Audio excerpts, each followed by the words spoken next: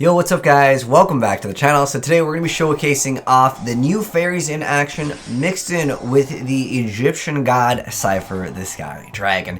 So what makes this all possible for starting off right here is Tethys. Whenever you draw a fairy monster, and this is via any effect, except during the damage step, you get to reveal one of those and you get to just continue drawing over and over again. It's a really insane effect. So if you draw a fairy, you draw another one, and you draw another one, and another one. It's pretty insane. Now, this is nothing new, but what is new over here is this card, Tellus the Little Angel. So if this card is sent from the monster zone to the graveyard, you get to special summon a Tellus Wing token, very light, level 1/0/0.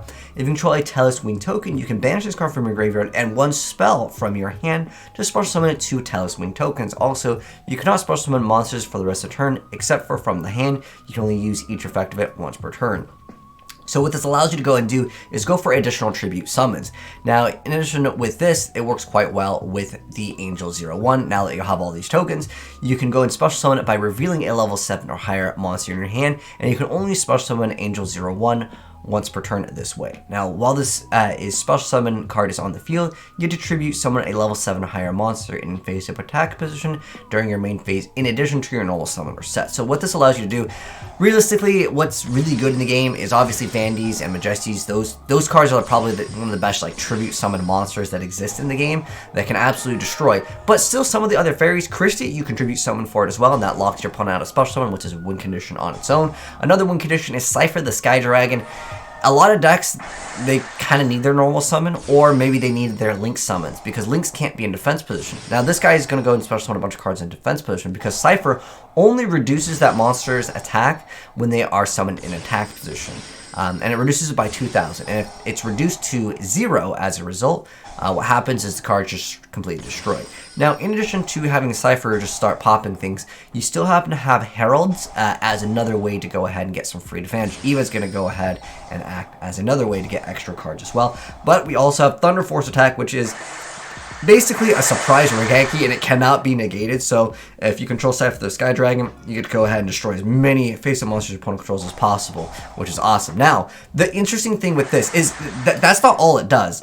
It has another effect. If it's activated during your main phase, you can draw cards equal to the number of monsters destroyed and sent to the graveyard. So he would have drew 6 cards if it was on his turn with that effect of Thunder Force Attack, which is absolutely insane to go ahead and see. But at this point, we're going to go ahead and see just Venus going off, because Venus is still a really good card. I mean, at the end of the day, this card is a 1-card Yugioh, so you can get that draw power multiple different ways. It doesn't have to be off of, for example, a card like the Pot of Desires or something like that. You can use it off of Mallet, any card that, again, draws, reload, anything that draws. I mean, look at the amount of advantage that we have generated, and again, this card is absolutely insane. So we're going to see Desires. Again, all you have to do is draw 1 fairy, and you're just going to keep on revealing and drawing more and more and more cards.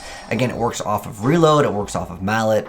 There's so many cards. And on to top that off, going second in the deck, if you might be wondering, well, I mean, he opened up pretty good. All right, well, let's go ahead and see the opponent go ahead and kind of be able to play without Slifer there ASAP, right? Because that card, it does definitely hurt what you can go for, but this card is just an automatic win on its own. But look at this, he's reestablished Slifer the Sky Dragon, reestablished control with Christie, and on top of that we have Reload over here, which can act as another draw vessel for, of course, Tethys. But we happen to have Herald of Orange Light. Surprisingly, the other Egyptian god support, Ra's Disciple, it's actually a fairy too, so that actually works quite well in the deck. And remember that all you need is 4 fairies in the graveyard to go in and special summon this card from your hand, which is awesome because that lets you go and target a fairy monster and add it right back in your hand. So you can go ahead and recycle some of the cards as well. Cards like Eva are excellent, basically allowing you to add double copies of Herald of Orange Light for extra negation. So the deck is actually looking quite good. But let me go and show you where a guy at least gets to kind of play. This guy kind of got destroyed, let's be honest here.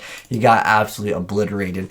But this is up against the new Utopia deck, which I'm sure a lot of you guys have probably seen. It's a very popular deck, but you can see 1 day piece over here. So just a little stall for a moment so we can go ahead and get our plays out maybe next turn. Because Exchanging Soul is still a fantastic card at the end of the day, because again, with the newer Egyptian god support, they're just a lot more viable, specifically with this 1 card alone. It just makes them so much easier just to get out that 1 monster, because summoning 3 monsters on your own was kind of difficult. I guess the new Angel and Fairy stuff, again, it does make it quite easy, especially when you can go ahead and Valhalla go ahead and summon the Venus, and then you'll have all of your access to, let's say, Slifer, or you can even, like a Slifer followed up by a Christia. Even a Slifer doesn't have very much attack, even if it's only like 1,000, it's still really good. Again, it limits your opponent on going for cards.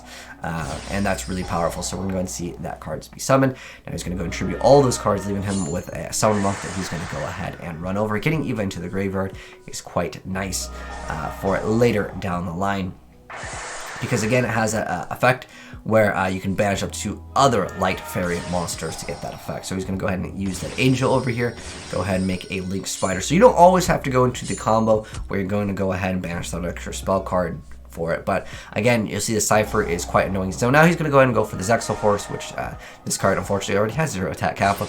But this card does have this awesome ability to go ahead and act as another free advantage. But Utopia is going to be coming out, and Utopia, well, it's got 5k attack. Well, it's going to get reduced, but it's going to go ahead and see some extra generation of cards, because Trench Tactics is a very good card too. So he's got some draw power up his sleeve as well. He's going to go ahead and be a little bit stronger, but he also activates the double or nothing, so it's going to gain an insane amount of attack. But he's going to bring back the Ala Mirage over here, and don't sign out the Slifer the Sky Dragon Fairy deck yet. We're going to go ahead and see Unicorn. Go ahead and bounce that card back. That card does stop it, but it's okay. We need to get rid of that card for Eva to go ahead and add the other card. He's going to go and protect that card, but the Herald is going to go ahead and actually let him get rid of Utopia because of that effect, and that's going to go ahead and be game. So I thought that was a really cool like comeback play. But now that you guys have seen the new Angels Fairy Slifer deck in action, let's go ahead and hop right into a deck profile. So there were 2 different builds, and this is going to be both 60 card decks because you're going to be drawing an insane amount of cards. But to really highlight the newer cards over here, again, it's Tellus, the Little Angel, and the Angel 01. Now, is Slifer the best card at the end of the day for this? I would really probably suggest the Fiends instead. Let me go to Vanities. Vanities, Fiend, cards that are really good. Vanities really can also be good. I would definitely consider these excellent cards in addition to this deck. You can definitely just run like one Slifer if you want to do for like the hype, but like you can drop these 6 cards and include any amount of these. One thing that I do want to mention with Vanity's Ruler, it doesn't see too much play because it requires 2 tributes, but it does only make it so your opponent cannot special summon. You can still go for your special summons, but this deck doesn't really need special summoning that much after you get your play off, if that kind of makes sense. I would almost bump up Christia to multiple as well, because you have instant access to like Hecatrice, or the thing that I really liked honestly was Ra's Disciple specifically is able to go ahead and act as, you summon multiple copies of Raw Disciple. That's 3 monsters, and if you tribute for 1, that's instantly 4 monsters into the graveyard, potentially, depending on what you go for. That could be instant access to Christia very, very soon, or even if you go for like Venus, this card goes in and brings out 3 copies of the Shine Balls. That's instantly 4 fairies, and that's instant access to Christia. So I think if you built the deck around Christia, you can make it a little bit more competitive as well. But I'm going to go ahead and mouse over the cards really quick, as there's just 60 cards here. So we've got some Shine Balls, then we've got 3 copies of Slifer. These are all the same card, it's just one of each artwork. Then we've got Christia, and what makes a lot of things possible is Tethys, being able to get that insane amount of draw power. But you even saw the plays over there with the smart mechanic stuff. Again, Herald and Eva are so good in combination, and you can even run the green light, and I'll get into that in a minute because there's 2 different builds here. But yeah, then we got Hecatrice, the Ra's Disciple, Venus, then of course the new card, the Tellus, that gives you the ability to go ahead and act as those extra tokens. And then we have the Herald of Orange Light, we have Eva, 3 copies of Angel 01, the additional tribute summon. We didn't see this card in action, but it's just another draw power card again for Tethys, which is excellent. Then you have 1 Day of Peace, we got Desires, Card Advance, another tribute summon mechanic for the deck. And then we have Card Destruction, again, any draw power is good over here. Then we have Terraforming, then we have the Disparity, and we have 2 Mallets, triple copies of Reload, then we have 3 copies of the Thunderforth Attack, Exchanging Souls, 3 copies of Valhalla, and then 2 Mount of the Bound Creator. And then for the extra, I'm just going to mouse over these. The only important card I would say that you're going to be making is probably Ala Mirage quite often, because you need to go ahead and put that card instantly into the graveyard, so it just kind of works with the little fairy guys. And then these are cards that I could recommend. Like I mentioned, there was 2 different builds. One of them did play Herald of Green Knight, and this makes it so you can go ahead and negate a spell card. I was actually thinking that what wouldn't be bad is you can consider the Purple Light as well, as considering these cards are technically searchable with Eva, because it lets you add the same number of level 2 or lower light fairy monsters, which you can add whatever you want. I think the purple might be good because it does technically stop impermanence, but this was like another build for you guys over here. This one did play Coralbane, which is actually another free summon, which is also a fairy. It has like okay stats as well, but again, you'd more than likely just use it for, again, the attribute summon, and it's like a free summon. And I just think that if you really want to make this deck more competitive, I'd probably honestly drop the Egyptian Gods, and I would probably, because it's like, what, 9 cards? I believe, I guess, 9 and 10, 11, 12, and then I would probably bump up like the Christie account, and I would run triple mallets, because it doesn't matter that this is inherently like a -1, because Tethys will let you go ahead and have a lot more